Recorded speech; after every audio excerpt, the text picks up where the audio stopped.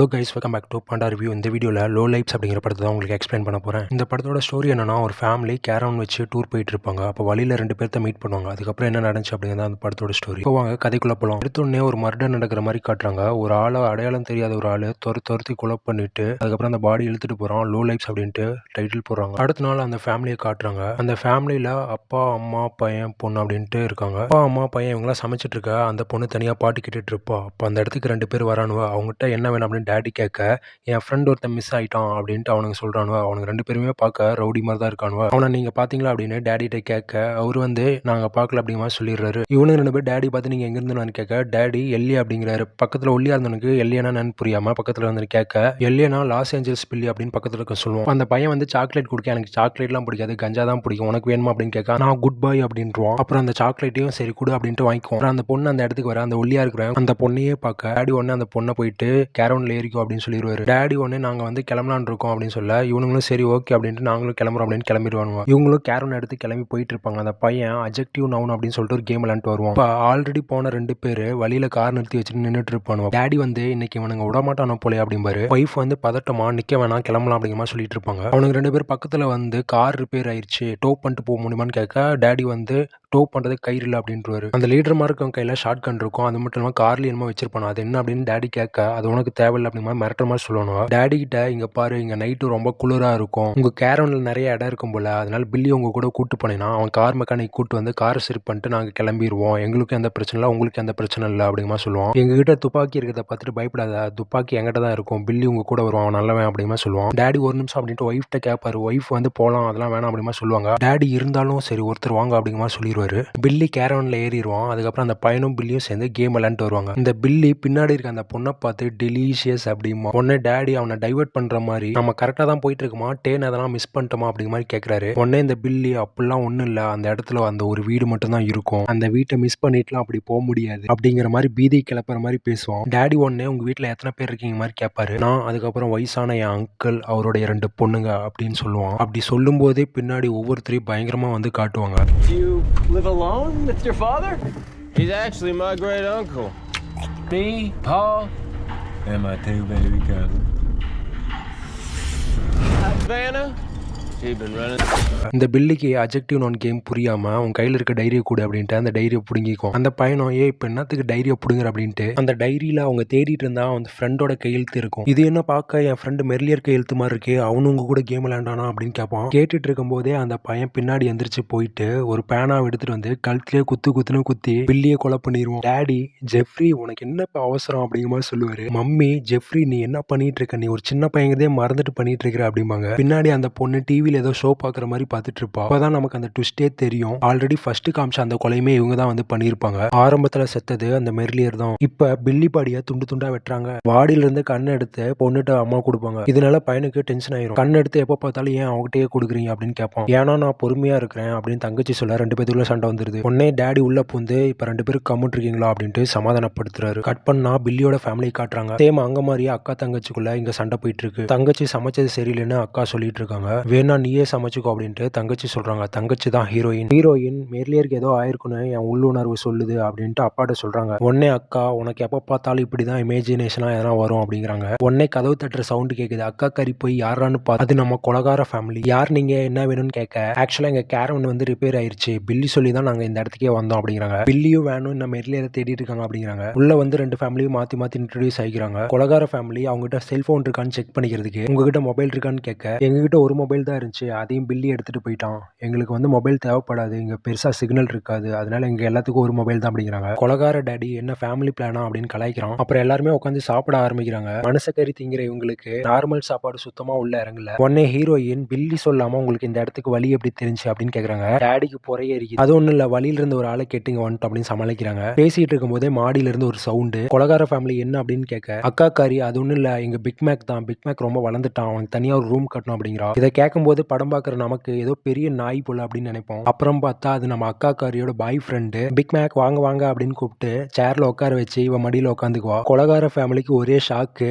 ஈஸியா இவங்களெல்லாம் போட்டு தள்ளிடலான்னு பார்த்தா பெருசா ஒருத்தன் வந்து இருக்கான். பில்லி வயசான மாமா அவங்களோட 2 பொண்ணுங்க அப்படிங்கிறத மட்டும் தான் சொல்லியிருப்பான். பாய் ஃப்ரெண்டை பத்தி சொல்லியிருக்க மாட்டான். இந்த பக்கம் வேனு பில்லி வராதனால குளிர்ல தவிச்சிட்டு இருக்கான். அந்த இடத்துக்கு ஒரு போலீஸ் வரான். இவங்க 2 பேரும் ஆல்ரெடி ஃப்ரெண்டு தான். ஆனா இப்போ ஒரு பிரச்சனை. நீ அந்த பிரச்சனையில என்ன தப்பா புரிஞ்சிட்டு இருக்க அப்படின்னு போலீஸ் சொல்றான். அந்த போலீஸ் ஃப்ரெண்டு உனக்கு ஹெல்ப் வேணுமா அப்படின்னு கேட்க எனக்கு உன் ஹெல்ப்லாம் வேணாம் அப்படின்னு சொல்றான். லாஸ் ஏஞ்சல்ஸ்ல இருந்து வந்த ஒரு நல்ல ஃபேமிலி பில்லியை கூட்டு போயிருக்காங்க. பில்லி மெக்கானிக்கோட வந்துரும் அப்படின்னு சொல்றான். போலீஸ்காரனும் சரி அப்படின்ட்டு போயிடுறான். அதுக்கப்புறம் இவன் பயங்கரமா இரும்புறான். என்னடான்னு பார்த்தா அந்த சின்ன பையன் கொடுத்த சாக்லேட்ல ஏதோ விஷம் கலந்துருக்கும். கட் பண்ணா அந்த சின்ன பையன் இந்த பக்கம் இந்தாங்க சாக்லேட் அப்படின்னு கொடுக்குறான். ஹீரோயினோட அப்பாவும் ஹீரோயினும் வேணான்றாங்க. பிக் மேக்கும் அக்கா கறி வாங்கிக்கிறாங்க. பிக் மேக்க டெரர் பீஸ்ன்னு பார்த்தா அது ஒரு டம்மி பீஸ் போல. கொலகார தங்கச்சி ரெஸ்ட் ரூம்ல எதையோ அவசரமா மறைச்சிட்டு இருப்பா. அப்ப மம்மி கொடுத்த பில்லியோட கண்ணு கீழே விழுந்துடும்.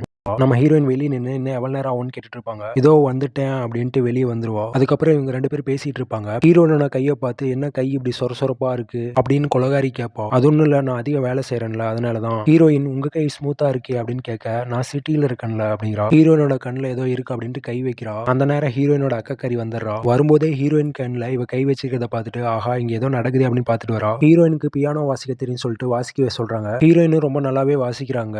ஆனா கொலகார அம்மாவுக்கு அது சுத்தமா பிடிக்கல. பொறாம கொலகார டேடி மம்மிக்கு ஒரு ரூமை கொடுத்துருவாங்க. அந்த கொலகார பையனுக்கு பில்லியோட ரூமையே கொடுத்துருவாங்க. அக்காக்காரி கொலகார தங்கச்சிய நம்ம ஹீரோயின் ரூம்ல தங்கிக்க சொல்லுவா. உடனே நம்ம ஹீரோயின் ஏன் ஊர் ரூம்ல தங்க வச்சுக்க வேண்டியதானே அப்படின்னு சொல்ல என் ரூம்ல தான் பிக் மேக் இருக்கானே அப்படிங்க. நம்ம ஹீரோயின் ஏன் எனக்கு ஒரு பாய் ஃப்ரெண்ட் இருந்ததா இப்போ எங்க தங்க வச்சிருப்பா அப்படின்னு கேட்பா. அக்காக்காரி நக்கலா சிரிப்பா. ஏன் சிரிக்கிறேன்னு கொலகாரி கேட்க ஆக்சுவலா என் தங்கச்சிக்கு பாய்ஸ்னாலே பிடிக்காது அப்படின்பா. உடனே நம்ம ஹீரோயினுக்கு காண்டாயி 2 பேரும் சண்டை போட்டுப்பாங்க. இந்த பக்கம் அம்மா பிக் மேக் நினைச்சு பயந்துட்டு இருப்பா. ஹஸ்பண்ட் ஒய்ஃபை சமாதானப்படுத்துறேன்ட்டு இவங்க எல்லாம் ரொம்ப நார்மலான ஆளுங்க. அந்த பிக் மேக் எப்படி அந்த சாக்லேட்டை தின்றுப்பான் அப்படின்னு சொல்லுவான். நீங்க தின்னதை பாத்தீங்களா அப்படின்னு ஒய்ஃப் கேட்க இல்ல நான் பார்க்கல அப்படிமா. நீ எதுக்கும் கவலைப்படாத அப்படின்னு சொல்லிட்டு பையரூமுக்கு கிளம்பிடுவான் டாடி. டாடியை பார்த்த உடனே டாடி யாரையாவது கொலை பண்ணீங்களா அப்படின்னு ஆர்வமா கேட்பான். என் மகன்டா நீ அப்படின்னு டாடிக்கு பெருமை. உடனே பையன் அந்த பிக் மேக்கை மட்டும் நான் எப்படி சமாளிக்கிறேன்னு தெரியல அப்படிமா. கவலைப்படாத அவனை நான் பாத்துக்கிறேன் அப்படின்னு டாடி சொல்லுவான். இந்த பக்கம் கொலகார தங்கச்சி யார்கிட்டயோ போன்ல பேசிட்டு இருப்பா. நம்ம ஹீரோயின் உன் பாய் ஃப்ரெண்டான்னு கேட்க இல்ல அது என்னுடைய கேர்ள் ஃப்ரெண்ட் அப்படின்பா. ஹீரோயின் புரிஞ்சுப்பா. ஹீரோயினுக்கு இவ கூட தூங்குறதுக்கு ஷையா ஃபீல் பண்ணுவா. மேல இருக்க சட்டையெல்லாம் கழட்டி போட்டு கிளாமரா போய் கட்டல்ல உட்காந்துட்டு ஏன் அங்கேயே இருக்க இங்க வா அப்படின்னு ஹீரோயினை கூப்பிட இல்ல நான் கீழே படுத்துக்கிறேன் அப்படின்னு ஹீரோயின் சொல்றாங்க. உன் கட்டல்ல நான் படுத்துட்டு நீ கீழே படுத்தா நல்லா இருக்காது அப்படின்னு சொல்ல ஹீரோயினும் வேற வழியே இல்லாம கட்டல்ல போய் உட்காராங்க. இந்த பக்கம் அக்கா காரி சாக்லேட் தின்ட்டு ரெஸ்ட் ரூம்ல வாந்தி எடுத்துட்டு இருக்கா. பிக் மேக்கும் சாக்லேட் தின்ட்டு கதவை துறா அப்படின்னு சொல்லிட்டு இருப்பான். அக்கா காரி முடியாது அப்படின்ட்டுவா.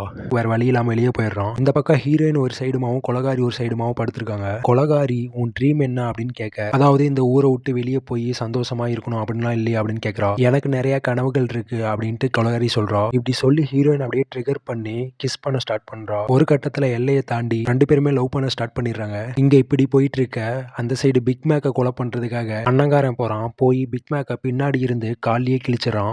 வேகமா சுத்தி பிக் மேக்க கத்தியால கிழிக்கிறான். அட் த சேம் டைம் டேடியை கொல்றதுக்கு கொலகார டேடி கலறங்குறான். அப்ப ஜன்னல் வழியா பிக் மேக்க பையன் புரட்டி எடுத்துட்டு இருக்கிறத பார்த்துட்டு ஏ ஜெஃப்ரி நாய நான் தான் பிக் மேக்க பாத்துக்கிறேன்னு சொல்லியிருந்தேன்ல அப்படின்னு சொல்லிட்டு கோவமா போய் இங்க வாடா அப்படின்னு கூப்பிடுறான். யாராவது பார்த்திருந்தா என்ன ஆயிருக்கும் அப்படின்ட்டு மம்மியும் பையனை கண்டிக்கிறாங்க. இந்த சின்ன வயசுல கொலைக்கு மேல கொலையா பண்ணிட்டு இருக்கடா அப்படிங்கிறாங்க. டாடி ஒய்ஃப் முன்னாடி கண்டிக்கிற மாதிரி நடிச்சுட்டு வெளியே கூட்டிட்டு வந்து என்கரேஜ் பண்றான். ஒய்ஃப் உங்களாலதான் அவன் கெட்டு போறான் அப்படின்னு கோவப்படுறான். சொல்லிட்டு சில மாத்திரையை எடுத்து வாயில போட டாடி கோவமாகி நீ இந்த மாத்திரையை திங்க பழைய ஒய்ஃபாவே இல்ல பழைய மாதிரி கொலை பண்ண கோஆபரேட் பண்ண மணிங்கிற அப்படின்னு அந்த மாத்திரையை புடுங்கி போட்டு கோவமா கத்துறான். ஒய்ஃபும் வேற வழி இல்லாம இனிமே இந்த மாத்திரையை திங்கல அப்படிங்கிறாங்க. டாடி ஹீரோயினோட டேடியை போட்டு தள்ளிடுறான். இந்த பக்கம் தங்கச்சி கசமுசாவுக்கு நடுவுல ஹீரோயினை கொலை பண்ண ட்ரை பண்ண ஹீரோயின் ஒரு நிமிஷம் தள்ள அவ பெட்ல இருந்து கீழே உளவில கையில வச்சிருந்த கத்தி அவளோட பின்னாடியே குத்திரும். இதை பார்த்த ஹீரோயின் உனக்கு என்ன ஆச்சு எப்படி இங்க கத்தி வந்துச்சு அப்படின்பா. அது ஒண்ணு இல்ல நான் எப்பயும் சேஃப்டிக்கு வச்சிருப்பேன் அப்படின்பா. சரி இரு நான் ஹெல்ப் பண்றேன் அப்படின்ட்டு ஃபர்ஸ்ட் எய்ட் பாக்ஸ் எடுக்க கராச்சி ஹீரோயின் போவா. அப்ப டாடி மம்மி பிக் மேக் பாடியை துண்டா வெட்டிட்டு கேரோன் விட்டு வெளியே வந்து உடம்புல ரத்தம் பாருங்கன்னு மாத்தி தொடச்சுப்பாங்க. ஒளிஞ்சிருந்து இதை பார்த்து நம்ம ஹீரோயினுக்கு டவுட் வந்து கேரோன்ல ஏறி பார்த்ததுக்கு அப்புறம் தான் உண்மை எல்லாமே தெரிய வரும். பில்லி இவங்க கொன்னது பிக் மேக்க கொன்னது எல்லாமே ஹீரோயினுக்கு தெரிஞ்சிடும்.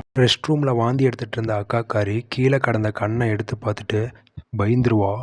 இந்த சமயத்தில் ரெஸ்ட் ரூம் மட்டும் வெளியே வந்த அக்காக்காரி அப்பா ரூமுக்கு போய் பார்க்க அப்பா செத்து கிடக்கிறத பார்த்துட்டு கத்துவா. உடனே கொலகார டாடி வந்து அவளை இழுத்துட்டு போயிட்டு பொண்டாட்டியை கொல்ல சொல்லுவான். பையனும் பக்கத்தில் இருந்துட்டு அம்மா கொல்லுங்க இது உங்களோட சான்ஸ் அப்படிமா. கையில கத்தி எடுத்து வெட்டலான்னு போகும்போது ஒரு அம்பு வேகமா வந்து மம்மியோட கழுத்திலேயே சொருகிடும். டாடி பையன் 2 பேருமே ஷாக் ஆயிடுவாங்க. யாரான்னு பார்த்தா அது நம்ம ஹீரோயின். உடனே பொண்ணு ஓடி வந்து எங்க அம்மாவை கொன்னது யாரு சொல்லுங்க அப்படின்ட்டு வெளியில கத்துவா. உடனே டாடிக்காரன் விடு உங்க அம்மா செத்துட்டா அப்படின்னு சொல்லுவான். அதை கேட்டு இவளுக்கு இன்னும் கோவமாயிடும். இதெல்லாமே உங்களால வந்தது தான். நீங்க ஆபிக்காக கொலை பண்ணிட்டு இருக்கீங்க. இவங்களும் நம்மள மாதிரி ஒரு ஃபேமிலி ஃபேமிலி தான் அப்படின்னு பொண்ணு சொல்ல, அதெல்லாம் கிடையாது, இவங்களும் நம்மளும் ஒண்ணு கிடையாது அப்படின்னு டாடி வெறியில கத்துவான். இவங்கலாம் ஒண்ணுத்துக்காக தான் ரொம்ப நார்மலான ஆளுங்க அப்படிமா. உடனே அண்ணன்காரன் தங்கச்சிக்கிட்ட அந்த குக்கை, அதாவது நம்ம ஹீரோயினை சொல்றான், அவளை கொலை பண்ணியிருந்தீங்கன்னா இந்த பிரச்சனையே வந்திருக்காது அப்படின்னு சொல்ல 2 பேத்துக்குள்ள சண்டை வந்துரும். டாடி நீங்க 2 பேரும் சண்டை போடுறதை நிறுத்திட்டு இவளை கொல்றதை பாருங்க அப்படிமா. டாடி காரனும் பொண்ணும் சேர்ந்து அக்கா கறியை ரொம்ப டார்ச்சர் பண்ணுவாங்க. ஹீரோயின் இவங்களுக்கு தெரியாம ஒரு ரூமுக்குள்ள வந்து இவங்களோட மொபைல் எடுத்து போலீஸ் கால் பண்ண அந்த டைம்ல அந்த ஜெஃப்ரி வர அவனை போட்டு பொழந்துருவா. ஆல்ரெடி வந்து அந்த போலீஸ்க்கு இன்ஃபார்ம் போக அவன் அந்த இடத்துக்கு கிளம்பி வருவான். அப்பங்காரன் அக்கா கறியா உன் தங்கச்சியை வர சொல்லு அப்படின்னு சொல்லிட்டு பயங்கரமா டார்ச்சர் பண்ணிட்டு இருப்பான். அவன் நேரம் இந்த இடத்த விட்டு தப்பிச்சு போய் போலீஸை கூட்டு வர போயிருப்பா. அவ புத்திசாலி அப்படின்னு சொல்லிட்டு இருப்பா. ஹீரோயின் ஜெஃப்ரி கழுத்துல கத்தி வச்சுக்கிட்டு இழுத்துட்டு வருவா.